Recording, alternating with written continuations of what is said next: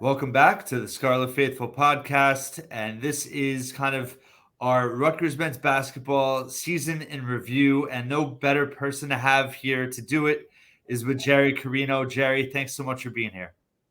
Well, it's the end of March, Aaron, and the madness is over for us, even though it continues in the NCAA tournament. But it's time for the reckoning, right? And that's what we're doing right now, with the reckoning of a season gone by, and what a wild and roller coaster type season it was. So that's exactly where I wanted to start. You've covered the beat for 2 decades now. Multiple college basketball programs. Where does this rank in your mind? Not in terms of number wise, but just perspective wise, context wise, in terms of what a wild season it really was in terms of Rutgers this past year. I mean, it was kind of comparable to last year in a lot of ways, and it had crazy swings of highs and lows. But what I'll say is each Rutgers season gets more intense than the last because the fan interest has grown to such a great degree. Like, I feel like, when I started and there was a lull for a while, of course, where only the diehards were really following Rutgers basketball. Like, you and I would talk, and we'd have a very much of a specialized audience, right? People who bled Rutgers basketball for decades and, sat in the 100 level and attended court club meetings and, remembered, the good old days of Tom Young's teams and Bob Wenzel. And we've welcomed in a new generation or two of fans who have climbed aboard with the success that Steve Pikiell's had. And so I feel like for that reason alone, it's gotten a lot more intense, right? Because these games are all sold out. They're all super hyped. There's a ton of interest, and there's also a lot of pressure and expectations that weren't there. And so I felt like in that sense, this was really the most intense, wildest season yet. And every season, as we've talked about many times, every season has a lot of twists and turns, right? And so, Rutgers had that. They had a rough start with a couple injuries and some bad non-conference losses. And then they had a tremendous run in January where you felt like this was going to be a really good team that was going to cause some damage in March. And then they suffered a major injury and I think ran out of gas at the end and got snubbed from the NCAA tournament. So low, high, and low. And, yeah, it was one of the wilder rides, and it was just quintessential college basketball where you can't predict 1 week to the next what's going to happen. And so were there some lessons learned from the season? That's what we'll take forward from it. But, yeah, it was one of the craziest ones I've ever covered. So you alluded to it, but 16-7 start, 8-4 start in Big Ten play. Obviously, Mawot Mag goes down. 3-8 finish to the season. It's funny how the season only ended 2.5 weeks ago. I feel like it was a year ago at this point. Yeah, it sure does. That last month was just painful, and it was just so intense, like you said. I always feel that teams ultimately go down with their fatal flaw. 2 years ago, when Rutgers lost to Houston in the round of 32, it was the rebounding. I felt like that was the Achilles heel for that team. This year, I feel like was depth, and I feel like it caught up to them at the end. What were your thoughts on just how the last month went and how much people should read into that in terms of long-term impact? Well, I think you nailed it. I mean, they had a narrow, what's the right phrase? They had a very small margin of error because they did not have much depth, right? They really had 6 players, maybe 7, who could make an impact on the Big Ten level. And you lost one of them who was a key glue guy, Mawot Mag, and it forced other guys into big roles that they weren't capable of fulfilling. Mm-hmm. And so I also think Steve Pikiell tried to squeeze every ounce out of his starters, and I don't blame him for doing that. And that's the cards he had. But a team clearly had no depth, and I totally agree. It's submarine this season when you take Mag's injury and the inability of the subs for the most part to fill the gap. Of course, Derek Simpson was a big bright spot, right? The way he finished, but he's not a forward. He wasn't replacing Mawot Mag. He was getting some more minutes, and we'll get into him in a little bit. But I think the other thing you see now is I think that what's going on in the transfer portal kind of sums up the story, right? Is that last year, Steve Pikiell, who's a very big player development guy, was touted that he had nobody entered the portal, and everyone was back, and it was next man up, and he was going to develop those guys. And I think, and this year, you see those subs entering the portal because it just wasn't working. And so that happens sometimes. Like Steve's not running guys off. He's giving everybody a chance. But they just did not have the depth to compete at the Big Ten level. And that's where you're going to see some overhaul. You've already started to see it in this offseason. That was the Achilles heel that got squeezed when Mag went down. So a little bit of bad luck, a little bit of maybe the players that didn't develop the way Steve had hoped. And, maybe he didn't recruit the way he would have wanted to in retrospect to have Big Ten depth. All that kind of came into play, I think, to keep Rutgers from getting where they wanted to go. So kind of building off of that, based on the way the season ended, do you think that how much do you think it's impacted Pikel's thinking moving forward? Do you think we'll see any change in philosophy or strategy, albeit schedule, roster management, yes, the way he manages the roster during the season? What do you think maybe the long-term implications are from Pikel's perspective? So Steve is a very much of a stay the course guy, and like what he's done has worked for a long time. And when you look at, all the success he had at Stony Brook, and then, the way he built Rutgers brick by brick, and they got better each year. When you look at all that, he wasn't going to change things because it was working, right? And for the first time, it didn't quite work the way he wanted it to. Like they fell short of their goals for the first time probably this year. And so I do think that Steve he's a smart guy. Like, yeah, he's set in his ways and he's 5 years old and he's been a head coach for 18 years, but he's not stupid. He's a good coach. He's going to adjust, and the adjustment has already begun in terms of scheduling up, in terms of roster, management. We'll see how does he manage his minutes and stuff like that. I don't know. We have to see what the roster is, of course. You got to ask me again when we do this in September. However, you are seeing, I think, already steps toward upgrading the schedule, and I think adding or supplanting quality on the roster.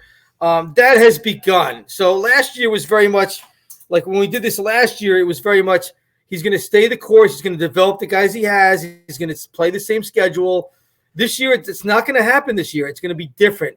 He's going to upgrade the schedule. That's begun. We'll get into that in a minute. And he's changing the roster. So I do think that Steve has heeded the lessons of this year. I think there's been some reckoning. And I think you'll see adjustments in the way he manages a program going forward.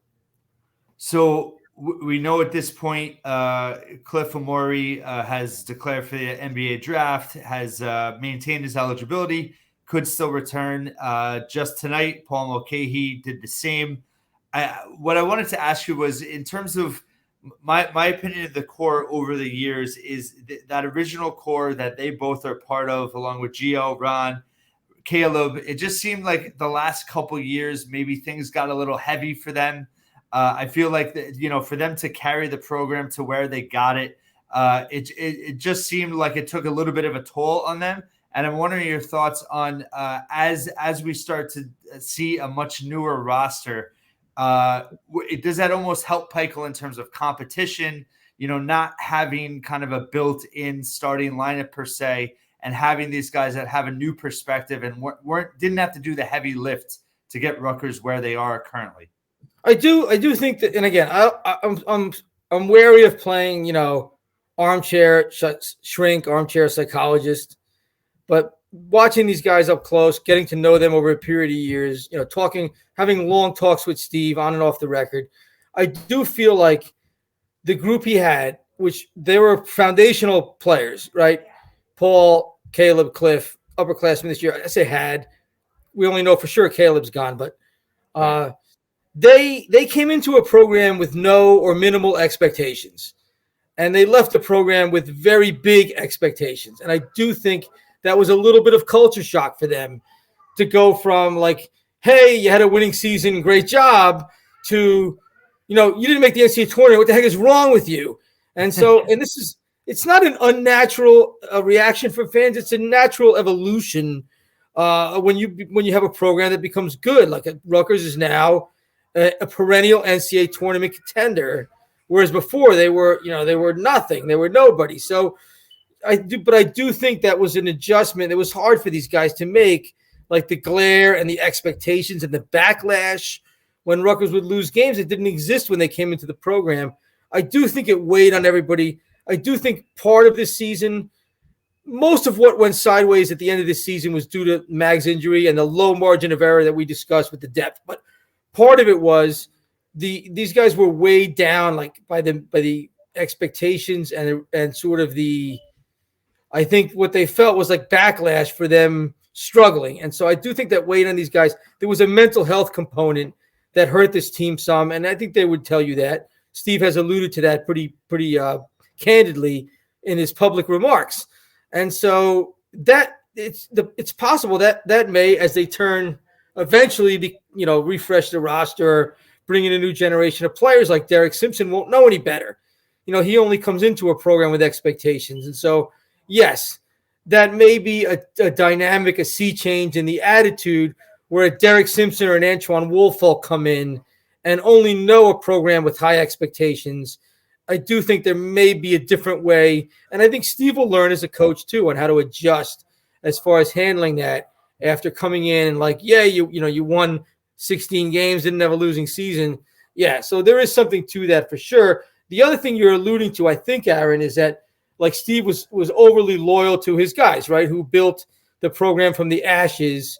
And, I say overly loyal, but I think the loyalty was, I think, justified considering everything those guys had done together. And Steve, to Steve's credit, like he gives his players a real stake in the program. They're not just his pawns, like they're his partners in building the program. He treats them like men, like sons. So I think, sure, there was a loyalty to them that perhaps made him reluctant to turn things, shake things up to the point where he needed to make drastic changes to adjust for the Mag injury, like playing Derek Simpson major minutes or handing them the keys to the offense. So I think there'll be less of that next year as they turn over a new page, as they get farther from the foundational era. Yes, and that will be one of the things that's different going forward, part of the reckoning from this season. I do believe that, yes.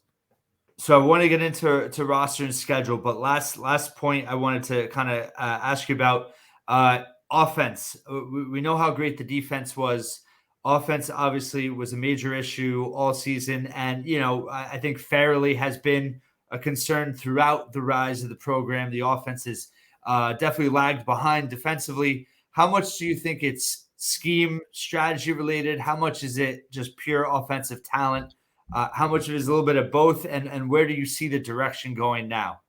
I don't think it's that much scheme because, like, having just watched Pikel at Stony Brook all the way through, he's always adapted to his talent, right? When he had a guard heavy team with Brian Dewar at Stony Brook, it was a guard oriented offense, and they attacked and they fired away. And then when he had Jameel Warney, he was the main guy. They ran inside out. So I think Steve adjusts to his talent, and what he's had, the past few years are guards who were not, big ticket offensive explosion type guys.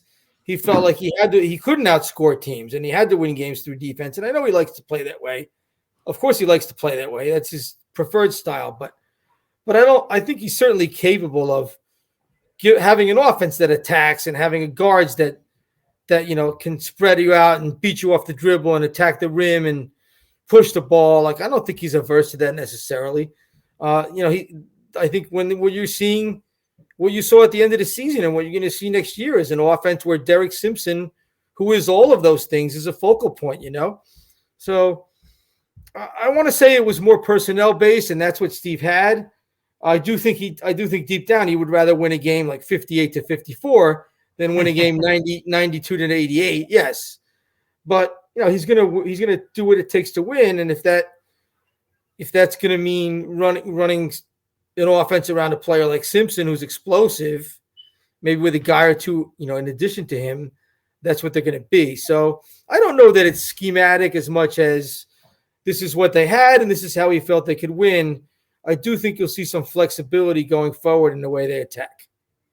I will add to that. I think it's a great point. And I've been trying to find. I've actually contacted all the advanced stats people, but I want to find a stat how efficient Rutgers is out of timeouts, because I feel like Pikel is one of the best at calling plays that work and score points after timeouts. And not only just this past season, but throughout his tenure. It's interesting. He doesn't call a lot of timeouts either. Like he really lets his players work through their issues. He's not a quick trigger on a timeout. So he's good at it. Balls, TV timeouts, things like that. Yeah. So it's interesting. That's a good point. Yeah, I think he knows what he's doing, of course. But this is what he has. Like when you were Rutgers and you were recruiting off of nothing, you got players who were grinders, and you could make good defenders out of them, and you made do on offense. And now, as the program moves into a later phase where Rutgers is no longer a recruiting albatross like the name itself, because they've been in the NCAA tournament and they've won a lot of big games. I think they'll be less. He'll be less so wedded to that type of player where you have to get this underrated guy and just grind it out defensively. I think that will be the case. I do think he's capable of coaching offense. Yes. So the roster as it stands, obviously a lot of questions as we talk with April on the horizon. Cliff and Paul now, going through the NBA draft process, evaluation process, still the option to return. Deadline's June 12th. You have Jalen Miller, Dean Reber, and Oscar Palmquist gone in the portal. You have the incoming recruits, Gavin Griffiths, Bay Ndongo, recently upgraded to 4-star, and Jermichael Davis coming. And then you have Muat Mag, the injury timeline, and then, of course, Simpson, Cam Spencer, Woolfolk, and then Antonio Chol back. What do you think? I guess what's your take on the roster right now? What do you think the biggest needs are moving forward? Shooters, they need shooters and the big. So especially when we think Cliff will be back, but I mean, you don't want to just. I don't know that there's 99%. Like when last year when Caleb went into the draft, like everyone was pretty sure he was coming back. I think Cliff is less. You're less sure of that, even though he probably will be back. When Gio went into the draft 2 years ago and Ron 2 years ago, like we were pretty sure they were coming back. Like, I wouldn't bet my mortgage on Cliff coming back, although I think he will. They're going to need big. They need a big, and plus you need to give the guy some help, and so they need a shooter, obviously. So shooter, ball handler type of guy, yeah. So they're pretty good on the wing, but yes, they're going to need some. I think one big and one shooter. Will Paul come back? I don't know. So again, I'm just playing armchair shrink here, and I'm not speaking for Paul. But this move buys him time to like really think about what he wants to do. It makes sense for him to do this because it buys him time. And like Steve wanted him to take some time and think, do you want to do another year in college? Like Paul's not going to play for another team. It's Rutgers or he goes on with his life. But I think he needed some more time to consider whether he was ready for another college year or if he was done with college basketball. So I don't know if he's going to be back or not. I couldn't tell you.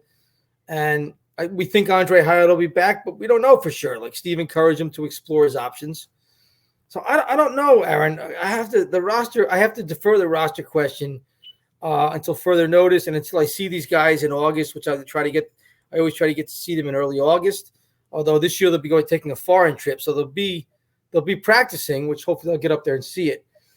But yeah, I mean, just based on what we think will be back, a big and a shooter. And they're going to hit the portal. Like Steve's going to get one or two players from the portal, and we know he's judicious with that.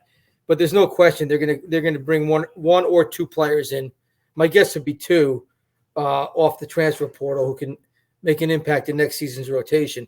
If they get lucky and find another Cam Spencer type of guy who can make an impact on that level, then that'll be helpful.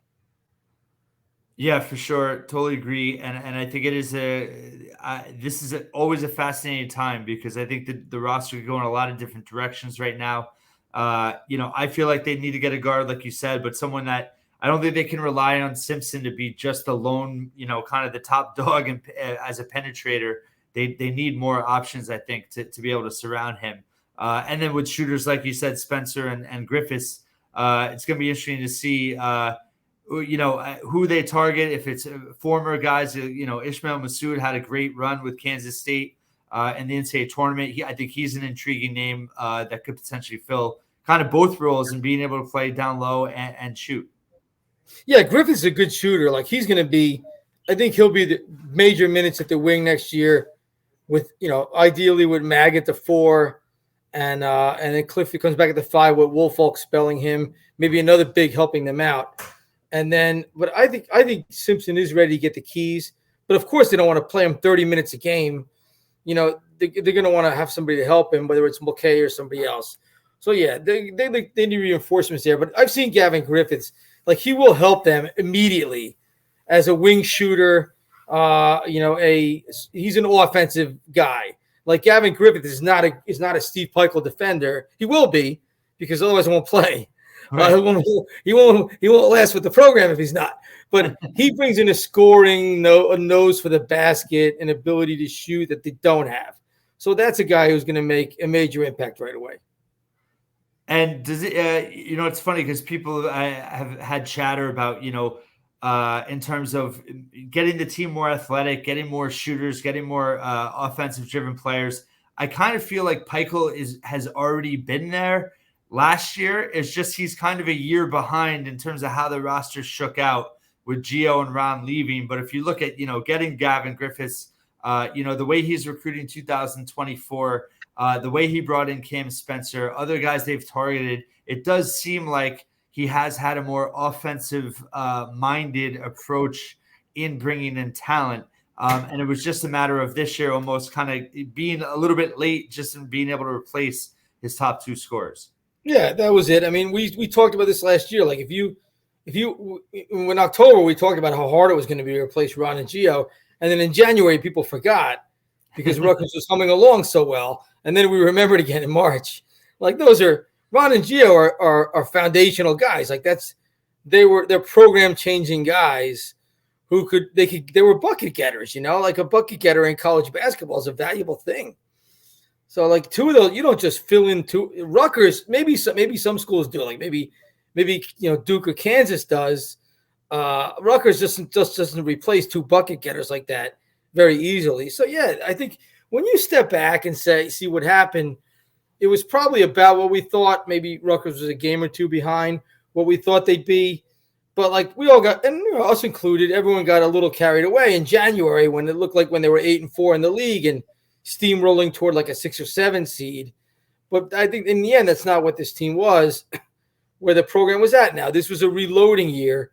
And so, yes, I think they'll be reloaded. I do think they have a chance to be better next year. But you really got to ask me the roster questions in August when we know exactly who's on board. All right, so here's a philosophical question. I know you've been vocal about the Big Ten crashing and burning once again in March Madness. How much if you're Pikel, how much do you look at that in terms of just the way the conference style as a whole is, and how much do you potentially deviate in that style in trying to be more athletic, faster paced, more guard oriented to counter, I guess, the way the Big Ten seems to be as a whole, which is, very slow, kind of, 90s, 2000s basketball, big man kind of prioritized. That doesn't seem to translate in March. It doesn't. But it's easy for us to say, go change who you are overnight. I don't know that Steve's going to be a trendsetter in the Big Ten Conference. I feel like this has to be more than one program. Right. Like Steve's going to do what it takes to win in the Big Ten, and that's his main charge is to win in the Big Ten.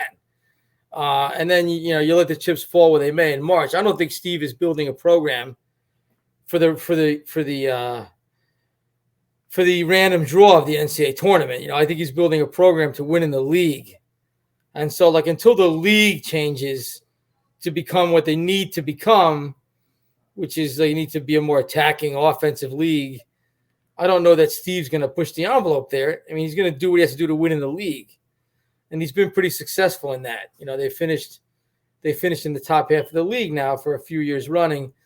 So I do think the Big Ten needs to reimagine what they are. I don't know that Steve's going to be the vanguard of that. Like, I think he's going to be a reactionary to that. That would be my guess. Yeah. Yeah, it was. I think I read this somewhere where Michigan State. It does seem like Izzo approaches it differently. Well, that's it. That's what dean of the league would do. Right. I mean, that's what Izzo has the luxury of setting the tone for a league. Like, I don't know that Steve is there. So, but in terms of Izzo with the non-conference schedule, the way he schedules, now we're talking schedule. Yes. Yeah. I do think Steve is going to change his. Like we talked about this on Friday, Steve and I. Look, Steve is never going to sit up there and say, "I messed up the schedule. I'm done. I'm turning over a new leaf." He's not going to say that, but I mean, most coaches wouldn't say that. But he's doing it. I do believe he's doing it. Now, what Steve and I talked about Friday, is that all going to come to fruition? They're going to play at Seton Hall. They're going to play at Wake. They probably will get a Gavitt Games. Opponent from the Big East. I don't know where. They had the last year off. That's 3 high majors. And then, are they going to play a game in the Garden against a high major TBD? Maybe. Are they going to play in the Bahamas in a tournament there that we've discussed against 2 high majors in a 2-game tournament? I don't know, but that's 6 high majors. I don't think Rutgers is gonna. I don't think they're gonna book 6 high majors. I think they're gonna wind up doing a smaller variation of that. And none of those games are at home, by the way, except maybe the Gavitt Games. I'm not sure where that would be. Sometimes it's hard to predict. They don't always rotate it like the ACC Big Ten always rotated. I don't know that the Gavitt Games doesn't always rotate home and away evenly. Right. Well, I don't know where that would be, but they're not going to play 6 high majors, 5 or 6 away from home. I just don't think they're going to do that. So I think Steve is exploring the Bahamas. I just don't want it to make people consider that they're going to definitely do this. I chose my words carefully in that article, and I actually told Steve that this is what I'm going to write. Are you comfortable with these words?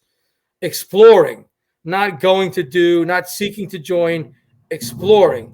And so that was the words that we settled on as what he felt accurately reflected the state as they examined a tournament in the Bahamas, which is important to them for NIL purposes. Like that's how you get some of these internationals some money. Yep.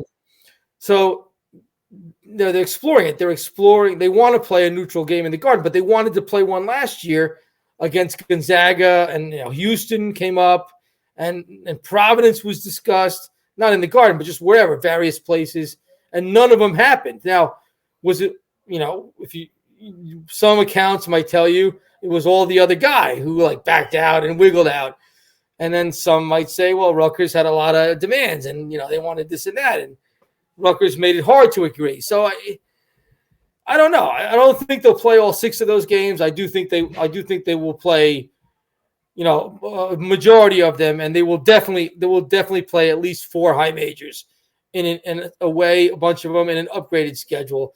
There is no question there has been a lesson learned there. No question. And how much do you think that lesson is? They need to show a better strength of schedule for the committee when it comes to an NCAA tournament. And how much do you think it impacts just in terms of being able to play different styles early on to make the team better for down the road? Well, I think both. You're asking me, I'm not the head coach, but I think both. I think you benefit 2 ways from playing a higher schedule.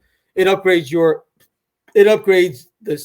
your resume for Selection Sunday, and I think it makes you better. I don't think Steve would agree with those things, both of those things. I think Steve has made it very clear that non-conference is for warming up and getting ready for the league play, and not for really testing yourself with an acid test. The league plays for acid tests, especially with the league expanding next year, not this year, the league adding UCLA and USC the following year. I don't think Steve is really all that keen on an acid test non-conference schedule. I think he's doing it because the committee has told him to do it. And now he's gotten a mandate from them. That's the reason they're doing it. So, but I do think they could benefit both ways. Yes.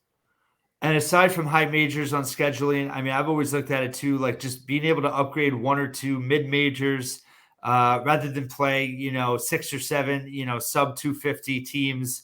I know you and I have talked about it a lot. I know on the face of it, it doesn't seem very likely, but do you ever think there'll be a thought to play Princeton? No. For whatever reason, no. And I've asked a question, and there's never a truly direct answer, but whatever reason, I don't think it's going to happen.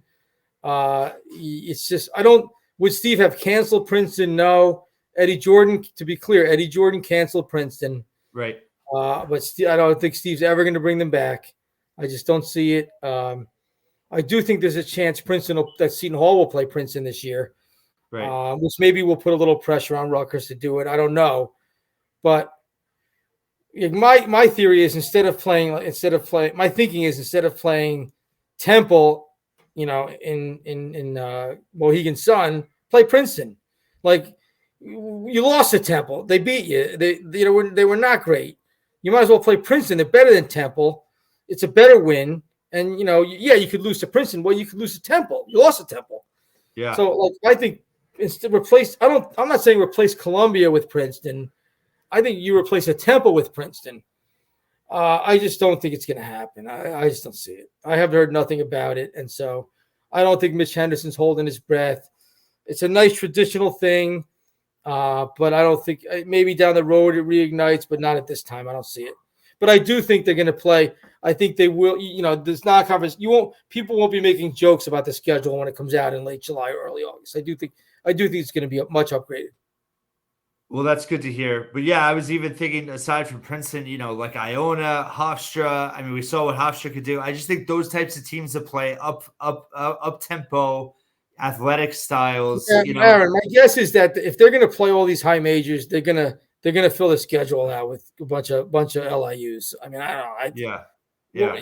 What do you think they're going to do? I mean, let's be serious. No, I know. I guess I'm just, They're not going to play 5 or 6 high majors, and then as much as you and I would like that, and the committee would probably love it, right. Steve is not going to totally change his spots. I mean, they're not going to play 5 or 6 high majors and then play Iona and Princeton and like Hofstra. I mean, as much as that would be good. Now, if they were only playing Seton Hall and Wake Forest, and then like a Gavitt games, then absolutely, right. They should fill in with Hofstra and Iona rather than playing like 8 of these slappies. Yeah, of course, but like I don't know that. Like, I think they're going to try to shoot for the moon's not the right phrase. I think they're going to try to upgrade with high majors first, and that'll be plan A, and then fill in with the cream puffs. All right. So just to put things in perspective, just in terms of Caleb McConnell now getting his swan song this month and, breaking Eddie Jordan's record, winning Big Ten Defensive Player of the Year, 2nd year in a row. But, it kind of struck me this week with, playing in the All-Star game that he's playing in on Friday. He won the Lefty Drizel National Defensive Player of the Year award today. There wasn't that long ago that idea of a Rutgers player getting national attention and national accolades was ever, even really relatively possible. Aside from the team success, the program building, how much do you think that is significant of how far the program has come? Yeah, Caleb. We love Caleb. We've talked about this many times. He's the quintessential Rutgers man, right? He played his butt off. He was there when the program was in the ashes. He left it in a winning place. He represented the program with tremendous class. Was a great spokesman and face for Rutgers basketball's development, and he earned what he got. I mean, he was, he made himself into an elite defender. So yeah, good for him. We're gonna miss him. God, you and I are gonna miss him.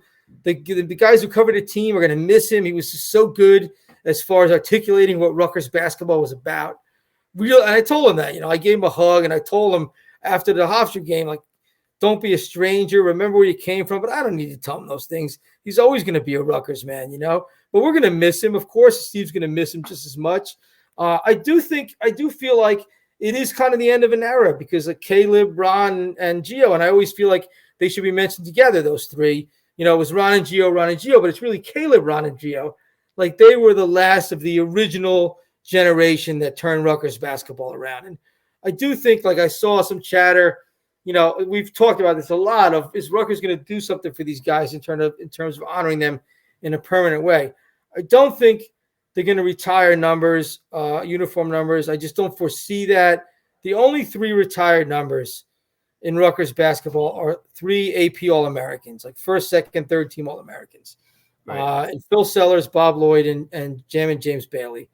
And that's a high bar, and it should be a high bar. But I do foresee at some point Rutgers introducing some sort of ring of honor where you can have like names and numbers in the rafters without taking the uniform out of circulation, right?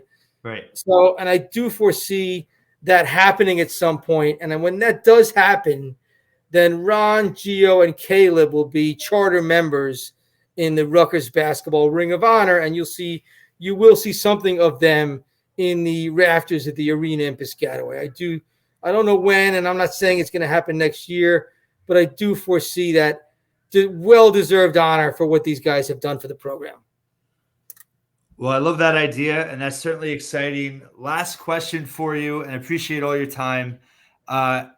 Look, it's easy. We've seen a lot of negativity out there. You know that we both talked about kind of the positives that come from this. How much do you think that the disappointment of this season can actually be a positive in the long term, in terms of, you kind of touched on it before, Pikel having to kind of being forced to reevaluate things because it didn't work the way he planned? And how much can this maybe help this program take that next step forward from being a good program to really becoming one of the top teams in the Big Ten and making some NCAA tournament runs in the near future? There's a phrase I've heard thrown around in basketball circles that really applies to any endeavor in life, Aaron, and that is, you never lose, you learn. And like this Rutgers basketball season, although it was certainly not a losing season by any stretch, 19 games is nothing to be ashamed of. 19 wins is nothing to be ashamed of. But you know, from Rutgers' losses and the disappointment of not making the NCAA tournament, I feel like the program will learn and grow. And look, they're in a place now where they're going to contend every year, right? The days of going, 10 and 22 are gone, and the days of being happy with 15 and 15 are gone. And so the program has entered a new phase. And look, Steve, he gets paid a lot of money to make these adjustments, right? And he's a good coach, and I think he will. But yes, you don't lose, you learn. We may look back on the 2022-23 season and see that was the imprint of this year. I certainly think there's something to that in the way they play, in who takes on a more prominent role in the way they schedule. I feel like those wheels are somewhat in motion already. Look, Steve's never going to change who he is, and you don't want him to change who he is, because who he is has been a success. But you're always learning, right? You're always learning. And so I feel like this is going to be a learning lesson for Steve and everybody in the program. And although I can't sit here and say right here they're going to win 20 or 21 games next year, but I do think the program will learn from this and in the long run be the better for it. And look, Steve's in this for the long haul, okay? He's probably going to coach here until he retires, whenever that is, 5, 10, 15 years away down the road. I don't know if he's going to go Larinaga into his mid-70s, or I don't know how much you can really expect that from anybody, but he's in here for the long haul, and you want him to do that. So, yes, I feel like they will. The disappointment of March of 2023 probably will bear fruit at some point in some way, shape, or fashion down the road. Yes. Jerry Carino, always a pleasure to talk to you, the Dean of the New Jersey College Basketball Beat and Dean of Rutgers Beat. Really appreciate all your time, and can't wait to do this again before next season. Aaron, I'm honored to do it because you provide a great service to Rutgers fans. You're the best, and I am counting the days until we meet again in October. All right, brother? All right, Jerry. Thank you so much, as always. You got it.